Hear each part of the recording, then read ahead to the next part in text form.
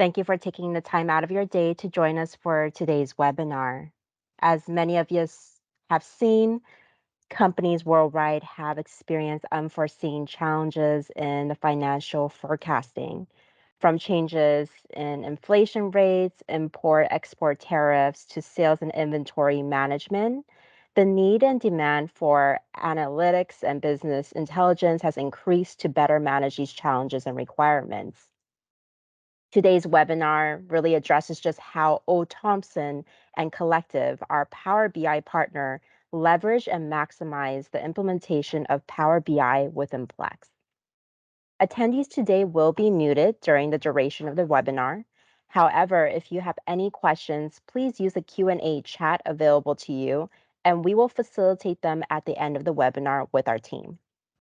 With that said, I'd love to lead into a brief introduction of our speakers today. So my name is Jennifer. I am the Customer Account Manager here at GR Technology.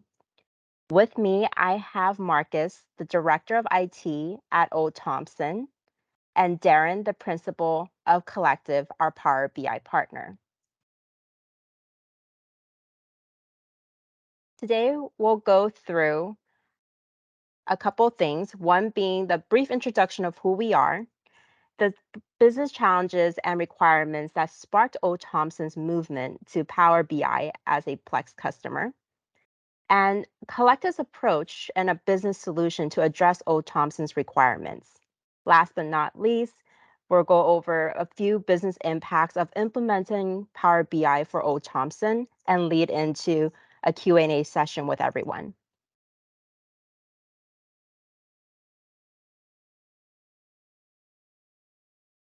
So a brief introduction of who we are. From the GRT side, we are a Plex Advanced partner with over 25 years of customer success, headquartered in Los Angeles with locations in Pittsburgh, Pennsylvania, Bangalore, India, and nationwide presence. We specialize in custom application development, all of which are natively integrated with Plex, system integration, optimizations, and integration services between Plex and other ERP and cloud applications.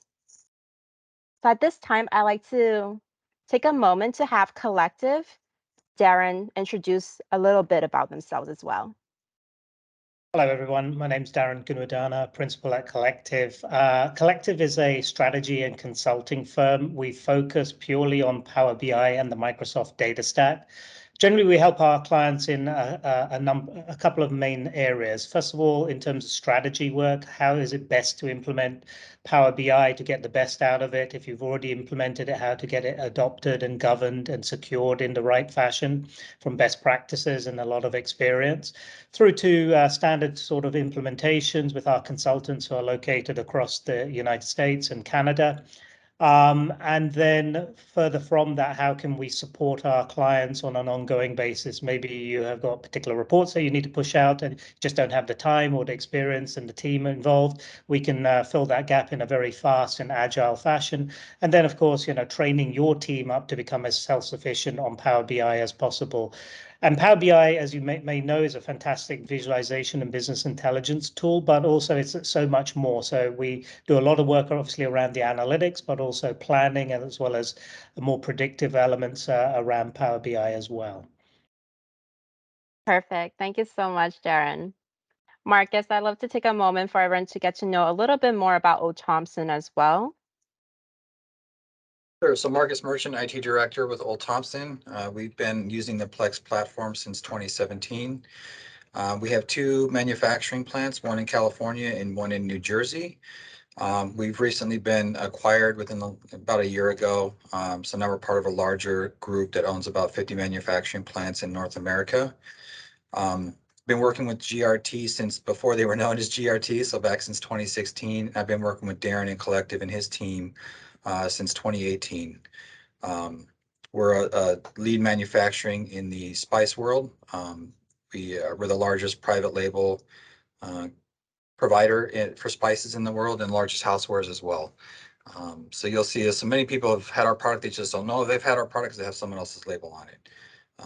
We used the Power BI tool for some time. I think we went live with that in 2019, I believe.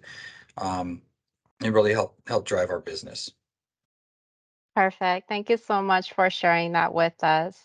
And that's a perfect segue for us to go into some of the business challenges, the prompts that led you to bringing Power BI and considering Power BI. I know a lot of Plex customers and manufacturers are considering it. So I'd love to take a moment here to have you share a little bit more about what challenges you face and some of the requirements that led into it. Sure. So from our side, there's a lot of things we looked at when looking into this. One, if you're currently a Plex customer, you have access to what they call IntelliPlex, and I think we all know some of these struggles around that as a BI tool. And we wanted to do something that was, we like the Microsoft line of products, so Power BI made a lot of sense for us. But really what it came down to is the multiple data sources, right? We're getting reports from different sides of the businesses on, what we shipped, what the sales were, whatever that might be. And depending on where they're pulling the information from in the system, the report might show different numbers. So that was one of the big challenges. I think also making it visual for upper management and C-level reporting was another part of it as well. There was a lot of data manipulation, downloading several different spreadsheets into from the system, and then manipulating it or trying to bring them together to make a single report. Being able to use the data pulling side into an Azure database where then we can use Power BI to report on it made a big difference for us. Perfect. So, in terms of some of the business requirements that went into that when you were speaking to Collective, what were some of the ones that you really wanted to see as you were incorporating and considering Power BI? So for the most part, the largest thing we were looking at was for financials, consolidated financials when we have multiple entities, as well as being able to break it down in different ways. I think one of the big things was being able to, I don't want to say manipulate the data, but add stuff into the data so we can report on it how we want to report on it, right? So when we're coming out of the system, from a financial statement standpoint, we may have things that would be considered in our world would be the EBITDA add backs, right? And in Plex, we don't want to change the data that's there, but we might need to change how it's formatted and how it's presented to different parties. So having that BI tool and Darren's team on top of that be able to build that for us so we can look at it in multiple different facets or depending on who we're reporting to, uh, made a huge impact for us. So it was less work on our side. It was consistent coming through, and then leveraging his team. It was really key in pulling the data out and then being able to validate not only that what we're looking at are the right numbers, but it matches what we would see in Plex if we were to do it all in Plex directly. Got it. And I'm sure a lot of Plex customers, manufacturers really encounter the same challenges and the requirements as they're also considering Power BI right now. So that kind of leads into my conversation with Collective and Darren. Darren, when you started to speak with Marcus in regards to all their requirements and challenges and considerations, what was your approach in taking into what would be the next steps? What would be the roadmap and execution? Yeah, absolutely. So the first consideration was all the different data sources. So obviously Plex was one of the main data sources.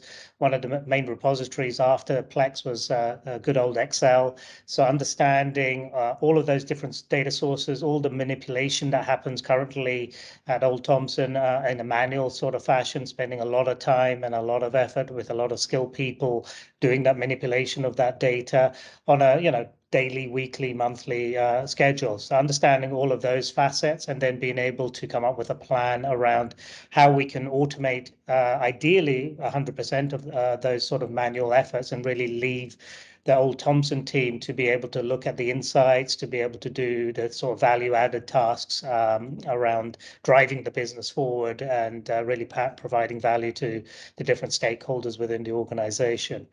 And so what we initially looked at is what we call the ETL aspects of extraction, transformation, and loading. Plex was one of those source systems that we were extracting data from. We brought that out, as Marcus said, into an Azure environment, in this case, an Azure SQL database using Microsoft Azure Data Factory. And one of the key things is that Power BI is just one piece of the pie in terms of the technology stack that's available when you leverage Power BI, because there's a whole load of things under under the scenes that you can then leverage for all the different tasks that need to be done before you visualize the data. So bringing all that financial data, also then bringing operational data, melding that together in some flexible data models within the Power BI environment, and then finally providing the types of reporting that were valuable on whatever schedule that was needed to the Olde Thompson team. And to Perfect. add to that a little bit too, like Darren had mentioned, we had come from an old system of Sage 300, right? And at some point it's just static data, right? We moved off of it, we're not using it anymore. But being able to bring it into the tool in the Azure data lake, we can report on it. It looks the same. We don't, it really makes no difference to us if we're looking at the BI interface. It doesn't make a difference to us where the data is coming from if it's formatted the same in what we're looking at. If we're looking at year over year, month over month, regardless of whether it's the data is coming from what would have been Sage or whether it's coming from Plex Live. And also, like you mentioned, from an operational standpoint, some of the things that we looked at that we're looking at doing fairly quickly is, MES reporting. We're not using Plex as our MES, right? But we want to be able to compare, the operations side of what we see in Plex with what the MES data that's providing us as well. Absolutely. Whether it's one data source or 100 data sources, what you're trying to get to, and what Olde Thompson was trying to get to, is that single version of the truth. That when you look at that data and you look at the logic behind that data, you know that you've got one place to point your reporting to, and that is accurate and correct as well. Sounds good. Darren, is there anything else that we wanted to kind of discuss here before we show a couple screens of what was really developed here? Sure. And one other area which is kind of beyond the analytics, which I alluded to, is really where Olde Thompson want to get to, is enable some advanced capabilities within Power BI for things such as doing adjustments, which currently were done manually within the Excel environment. So really utilizing now not just kind of reporting capabilities, but write back capabilities. So for things such as planning, forecasting, doing adjustments, even data extraction and things like that from a front end perspective was kind of the next step and the next iteration of what Olde Thompson were looking for, which is an area now that you can do directly within Power BI without hopping off into an Excel model for your planning or into some proprietary planning tool as well. You can do that all within the Power BI and the Microsoft ecosystem as well. Sounds good. I'm going to move into the next screen so we can start to dive a little into what we did put together for Olde Thompson and kind of speak into what that entailed. So what we did here is we built a tool where we can, you've got different quadrants basically of how we're looking at different things, whether it be, open orders, and it has the drill down capability, right, which is big for us. So being able to click on one of those columns, for example, and then if we're looking at the top left quadrant and we have the club at 142, if we click on that, it'll give us more detailed information. But using all this data that we're looking at here, these categories, these product groupings, that's all coming directly out of Plex, out of the ERP system. So, a couple of things that this brought to light for us was, one, making sure that the data sets and the master data within the system is correct if we're going to be reporting on it this way, but also being able to slice and dice it and select multiple years, multiple months, quarters, whatever we wanted to do. It was really valuable, and it gave us the visual that we wanted to be able to see, because this is something we could present, as a PowerPoint or in a board meeting. We're looking at high level information as opposed to getting into the weeds like we might in the plant in a given day. Darren, anything to add to that? Yeah, and I think it's important to remember, especially if you've never seen Power BI before, in all of these screens that Marcus is going to talk to. This is just how Old Thompson wanted to lay this out. This is completely down to you as an end user who's creating these reports. So if you want in a particular color, if you want those sort of slice and dice and drop downs on the top versus on the left-hand pane here, if you want a pie chart instead of these stacked bar graphs, etc., this is completely configurable just by dragging and dropping. Once you've got that data model in the background that we're talking about, that single version of truth, to create these visuals is just drag and drop and very, very quick and very easy. And then you can iterate upon that very easily as well. Thank you. So the next screen here details a little bit more on the revenue details here. Yeah, so the first one was kind of open sales orders. So what we expect to come in, and this is more of what was actual, right? So we can compare, you know, budget versus versus actuals. Same idea here. We can see we've got different product types that we're selling. We have different commodities that we're selling here, and we have it broken down in different ways. So giving us the ability to break it down commodity was big for us, because that's, in the system, that is a customizable attribute in Plex, right? So it's not something that's native to any of the reports that come out of Plex directly, right? But because we can bring that data into Azure and report on it in the Power BI tool, it gives us more flexibility to use a lot of those what we call item attributes in Plex to be able to do a lot of what we wanted to do, which in the past was, okay, let's download the sales, let's download the revenue, then we have to download the the item attributes and figure out how to marry the two and report on it. So this gave us the ability to really marry it all in one place. And if we make the change on the Plex side to any one of those fields, it automatically gets updated into Power BI, right? So we don't have to do a manual refresh of the data. We don't have to worry about, is it going to link up next month when it's time to run new reports. We know it's there, the data is refreshed, and if there was any issue on the refreshing, we get the reports. We know if there's an issue. We can be more proactive about it, and know when there's managed by exception instead of managing, taking a look at it every day. Darren, anything else to add to that? Yeah, and I think kind of there's a couple of key points there. So it's kind of going from the traditional way of, hey, we need to run these reports. Let's find where the data is. Let's manipulate it. Let's do whatever, manual intervention, and then run a report. Once this is set up, there's no need to run any more reports. As soon as that data is available, whether that's hourly, daily, weekly, monthly, your report is ready, and you can then go and self-service it. You can even add other layers on top of that to alert you if a particular tolerance is exceeded, that sort of thing. You should look at that report and that data right here, right now, instead of waiting till the end of the month, that sort of thing. So the lift from a people and time and effort perspective is greatly reduced now. Yep. And with the refresh rate for the data as it's integrated with Plex, what is the refresh rate? Is it almost simultaneously? So there's multiple ways to look at that. So in the Plex world, if you're using the standard ODBC connection, your data is 4 hours old. You can set your refresh schedule on the BI tool to pull it every 4 hours as well. If this were built with an API that's using production, real-time data, as often as you want to refresh it at that point. So you set your refresh schedule in the BI tool to be every hour, then every time you open this report, it's going to be updated to within an hour. Sounds good. Thank you. Going to move into the next screen that we've shared here on item details. So very similar. It's just another way really to slice the data, right? We were looking at it from either a customer perspective or a revenue perspective. And here we can see, based on a part perspective, right? What parts are selling, what parts are not selling, who are those parts going to.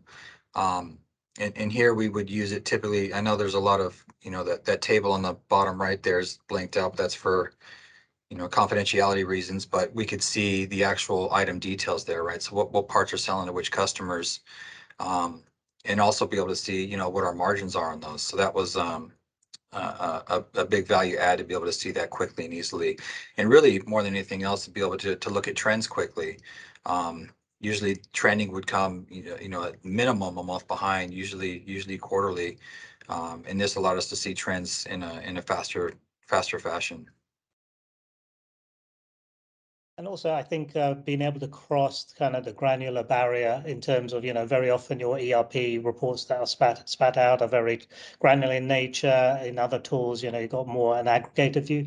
Here, you can go from a very aggregated view right down to, drill all the way down to a single invoice and bring that up if you so wish as well. So kind of being able to kind of cross all of those aspects, both from a high level to a detail level, but then across different areas. So from your financial to your operational to your sales to your marketing, etc., and have that all together is a key area that we see a lot of our clients being able to drive their sort of insight making and what they drive their business forward.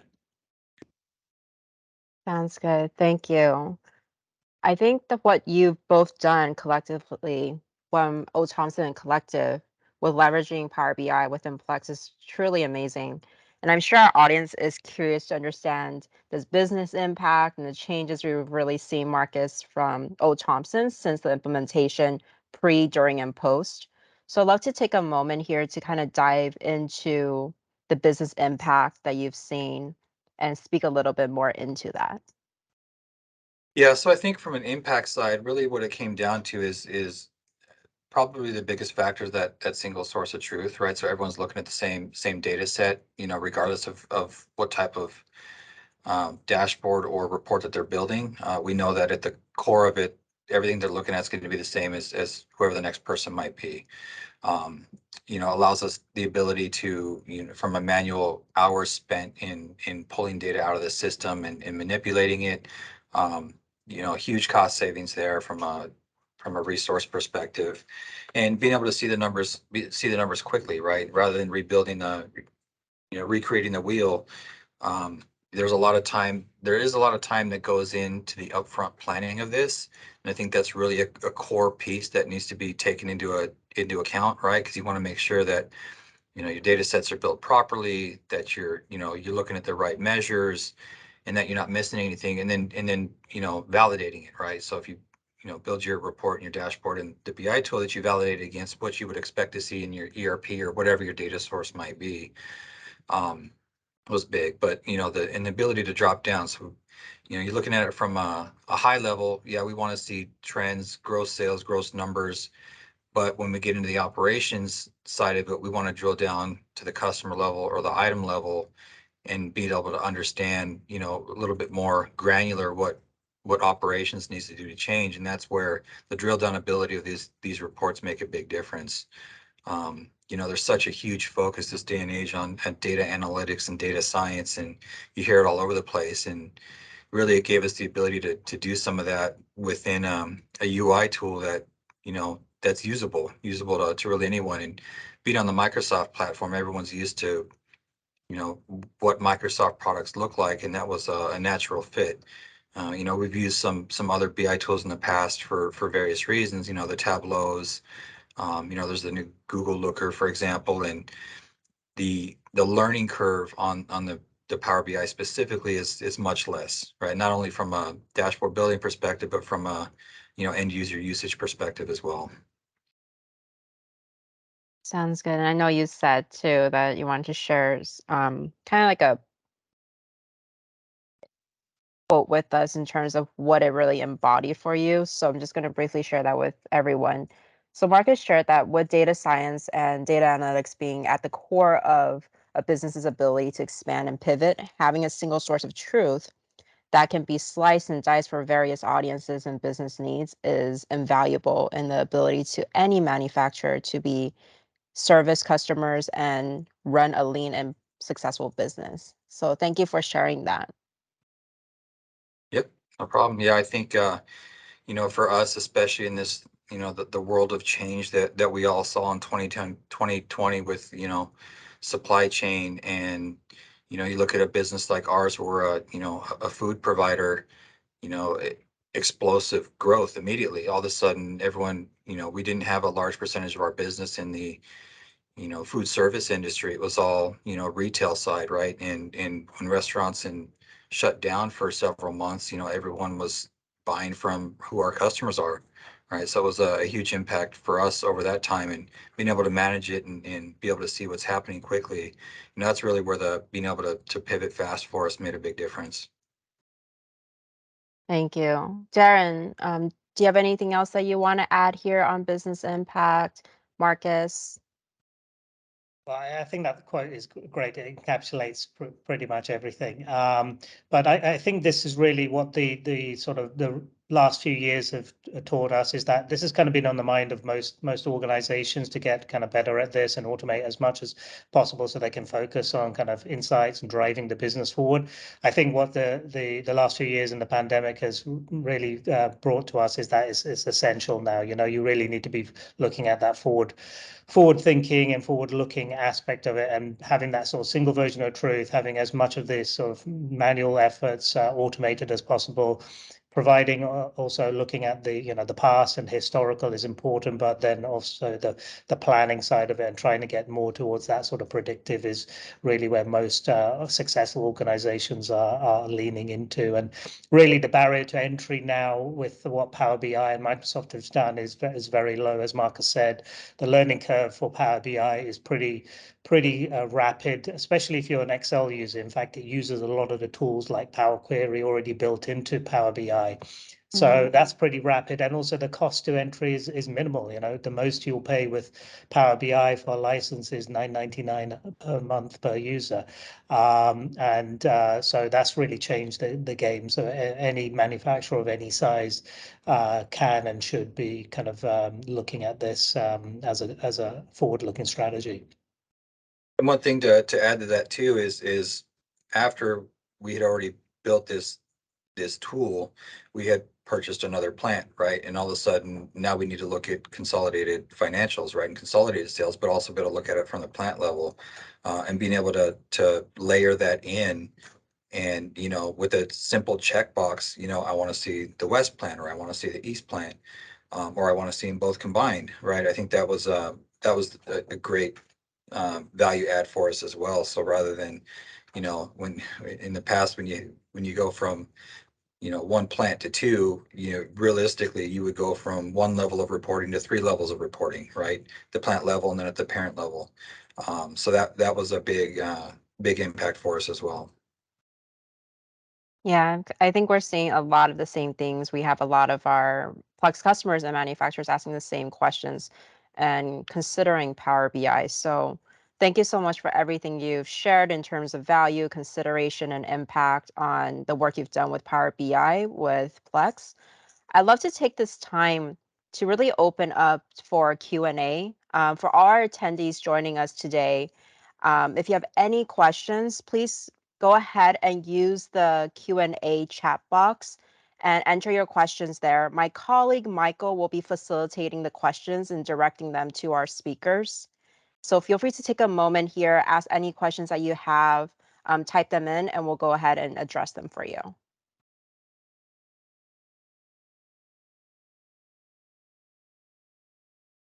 So we're waiting for those. Darren, what kind of are you guys seeing in the market from a user's perspective? How much? Because I know you work with a lot of, even outside of manufacturing, right? But how much more manufacturing have you seen in the last 24 months versus when you first launched Collectiv? Yeah, absolutely. So when we first launched Collectiv, Power BI was, early days. The maturity level wasn't quite there, and so on. Really, what we've seen in the last sort of 12 to 24 months is a massive escalation in different types of clients, both from manufacturing and lots of different industries, and not just the larger clients, but more in that mid-market or even small market as well, coming onto the Power BI platform, simply because it's something that you can just turn on in your Office 365 and basically get going straight away. Also the cost element of it, and also the maturity of the product has been accelerated way beyond a lot of the older BI tools that have been around there. If you had asked me that question, about 4 years ago, I would have said, there's still a competition there in terms of capability. Now, really, Power BI's and all the analyst reports, Gartner report that just came out recently in the last couple of months show kind of the massive increase in usage and people and capabilities on the Power BI platform. Yep. So let's say we got a few questions. We'll start these off from the bottom. How many of your users develop their own PBIX? And are you using mostly direct query or import? Or SSAS tabular models as well? So developing their own PBIX, we have a small subset. It really depends on their abilities. So we have some financial analysts who have the ability to do that. So they're not doing a ton of it. I'd say probably there's 5 to 6 in general who are doing that. But we also have a team with us being purchased last year. It opened up a whole nother team of individuals who have that ability, right? So when the plant has report requests, they will go to that team, and that team will design it based around their needs. So we're not using operations to do something outside of their comfort zone. Rather than we give them the resource to be able to do it and help them build that out. As far as direct query or import, I'm not quite sure what you mean by that. We have all of ours was done on an ETL schedule, right? So we're not importing any data into Azure kind of in the traditional import method. It's something in the background that pulls the data out of our systems automatically and brings it into Azure. So and as far as tabular models, yes, we have tabular models that are built. I think Darren could probably go into a little bit more detail on what the tabular model side of it. Yeah, absolutely. I can give some more detail on a couple of these items. So yeah, so SSAS is SQL Server Analysis Services, really where the technology on the back end has gone in over the last few years is to go through traditional from SQL Server Analysis Services to just flat tabular models. And that's really what Power BI creates on the back end. You don't really need to do too much around that. There are some instances where SQL Server Analysis Services makes sense. And if you've got an existing architecture that you've developed that you want to use, you can use that with Power BI. Really, the answer to that question is kind of in the context of everything else that you're doing and your individual needs. So we'd have to get into kind of a little more detail around that. But tabular models is really the way to go to kind of scale on an enterprise fashion. And in terms of direct query versus import, so Power BI has a couple of ways of getting to your data, and generally that is more around if you're connecting just to one source system and in a very small way. When you're talking about it in an enterprise fashion, as Marcus alluded to, generally you've got all your ETL routines, whether that's been run through Azure Data Factory or some other tools, etc. Bringing all of that data into that single version of truth, into that SQL database or Azure database, data lake, data warehouse, etc. And then you're building your Power BI models off that on some whatever refresh schedule that you wish as well. And then in terms of what we're seeing in terms of users is really being able to empower your folks, whether they're in finance or sales, operations, the folks who want to do it and have the capability and understanding of the data below it.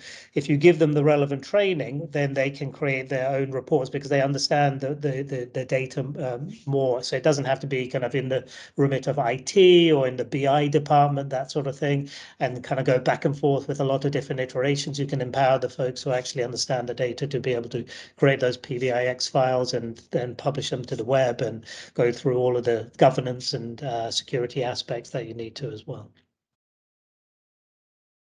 Thank you for those answers. Along with the next one, how many phases did you have, or was it a big bang implementation?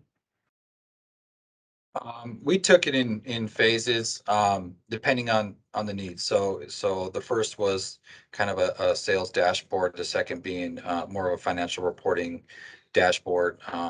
So we did it in phases, but one was started right after the other. So we had kind of your traditional project implementation, right? So you have the scoping of the project, you have the acceptance of the, what the scope of work's going to look like. And then we have different milestones that hit we throughout that, and then the user acceptance testing, right? So the back testing, the data validation, is it looking like we want it to look? Is it giving us the numbers that we expect to see? And really, as soon as that was done, hand it off to the internal team here to begin using it, and then we're on to the next one, right? Scoping out the next one, making sure we identify the proper data sets, start working on getting those in. So for us, it was a tradition. It's an ongoing phased approach for us. And that's generally what we recommend as well. However, simple projects seems, we like to look at it from a phased approach, and a lot of validation and testing and knowledge transfer to the team as well. So generally, we say Big Bang is the wrong way to go through a phased approach. Awesome, thank you for that. Did Olde Thompson rely primarily on Power BI Pro licenses, or did you adopt an enterprise solution? We've been an Office 365 shop for a while, so we just added licenses to those who would need it. Yeah, so there's a couple of different license SKUs from Microsoft. Pro, $10 a month, and you can buy them individually. Then you can go up to premium, which gives you some advantages. Generally, we recommend clients go up to premium when they go over 500 users of it, and also they maybe needed some dedicated capacity. And there's some advantages in terms of some of the refresh aspects of it. Generally, we find if you're under that sort of 500 mark, Pro licenses are perfectly fine to use. Now they've also got a new SKU as well in terms of capacity and things like that as well. So there's a couple of different options around that. Thank you. Can you speak about what type of financial reporting can be created with Power BI? I'll leave that to you, Darren, because yeah. Really any type of financial reporting. So there's obviously with the Office of Finance and CFOs and finance departments, FP&A departments, there's some nuances to finance data, reversing signs and things like that. All of those reports can be created, but then also you can create, do full budgeting and planning and forecasting within it with top-down, bottom-up planning, allocations, that sort of thing, adding commentary, that sort of thing, and even to the fact of replacing traditional planning tools like Hyperion and Adaptive and things like that with a purely Power BI based and Microsoft. But any type of financial reporting can be done in that. And I know Jennifer's going to share some links at the end. If you go to our YouTube channel, you'll see a whole host of financial reporting and financial planning videos and examples on there in Power BI. Yep, and we did it specifically with budget numbers versus where we're expected to hit, what percentage we are there, and then even financial statements. We built financial statements as well. Thank you for that. Once Power BI has been implemented, is there a designated internal administrator that creates additional dashboards, or are they outsourced? That's really going to be up to the business. I mean, we have some internally who can, but that's also something that Darren and his team offer as a service. So it really comes down to what resources the business has, and if they have that ability, does it make sense to bring someone on board, or does it make sense to outsource it until you hit that threshold where it makes sense to bring someone in-house?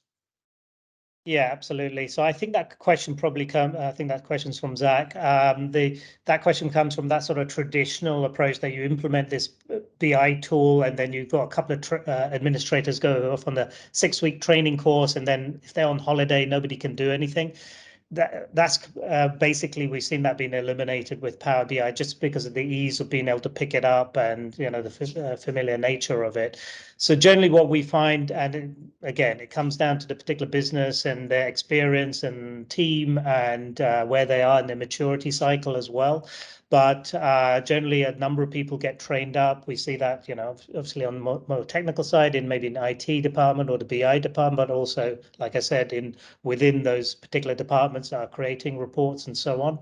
And then, it's really about, training up and continuous development within the team. But as Marcus said, we do also offer some services where we can help with producing those reports as your team is becoming more experienced with the tool, and until you're able to kind of do that yourselves as well. Thank you. So just two more questions here. So we have, if you were to do this again, what would you do, or what would you change, if anything? From my standpoint, I think, I think really one of the big things to look at is look at it on a larger scale, right? So when we started this, it was sales related, it was finance related, and now it's getting into more operational related.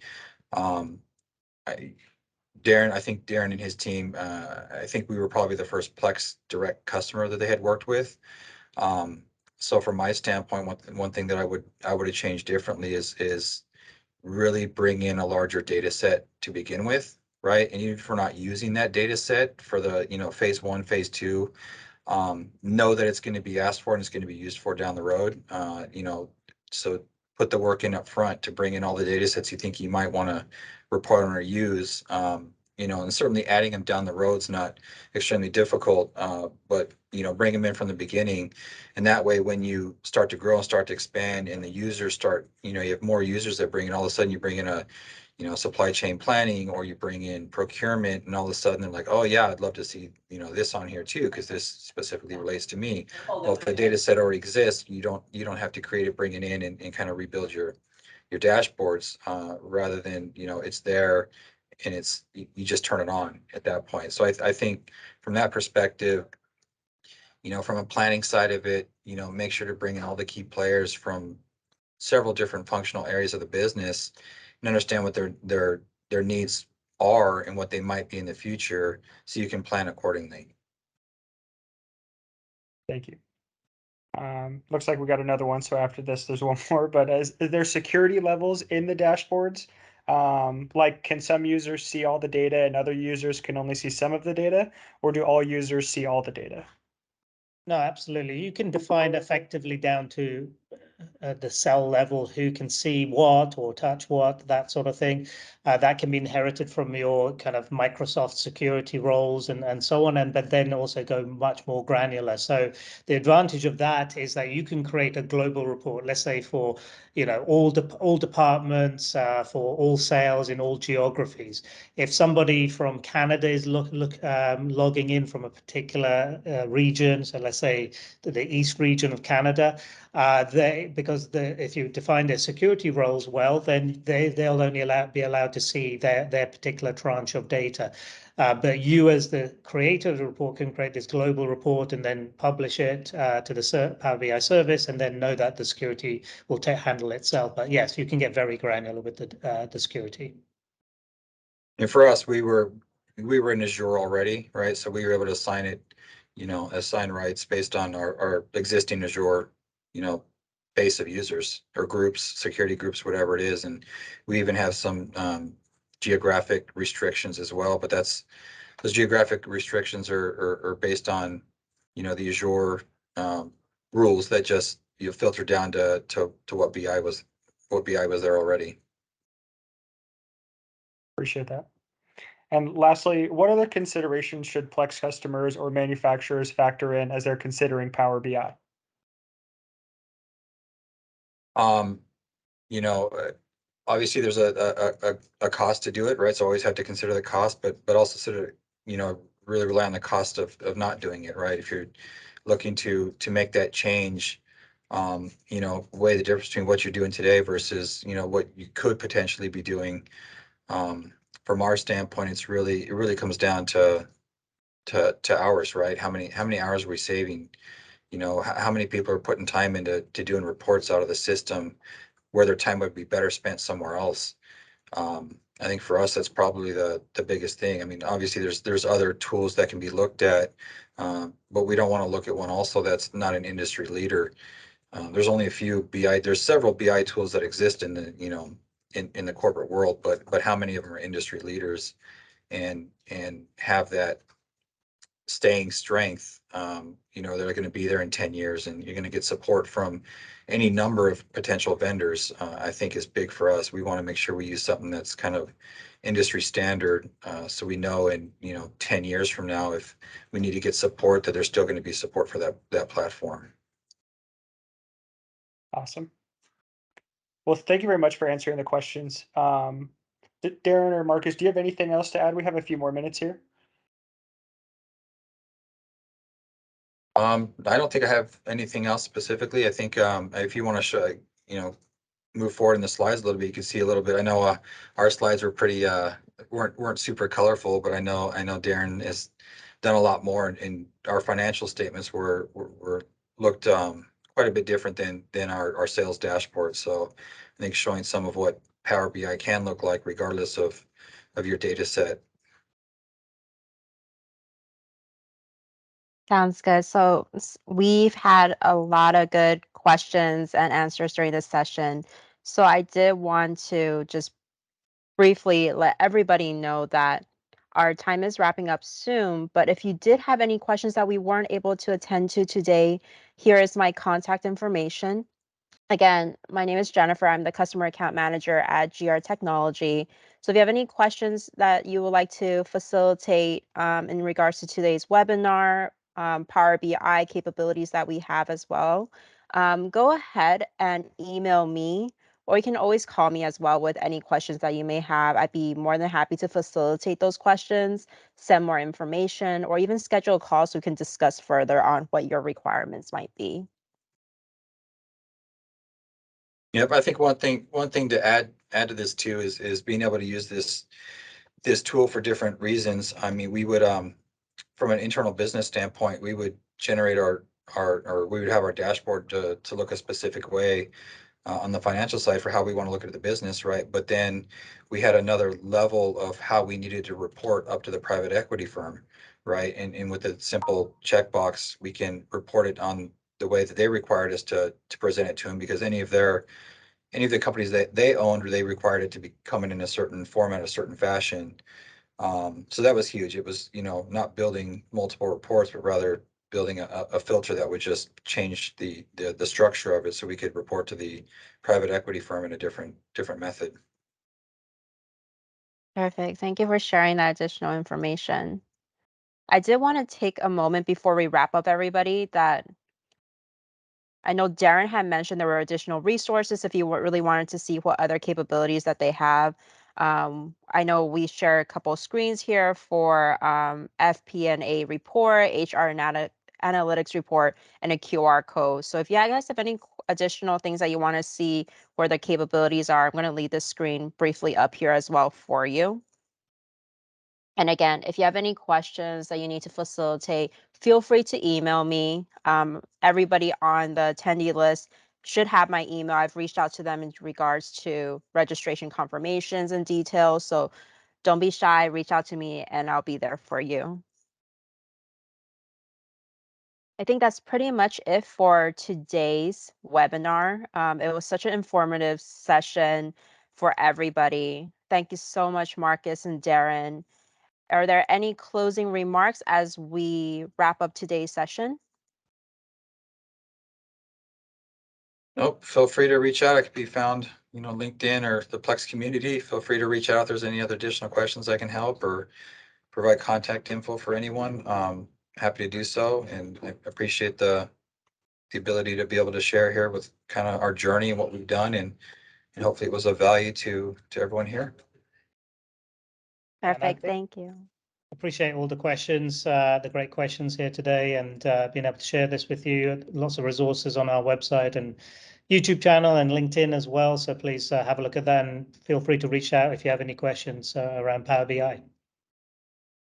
Perfect. Thank you so much, everyone, for your time. I hope you have a wonderful day, wonderful weekend, and take care. Thank you.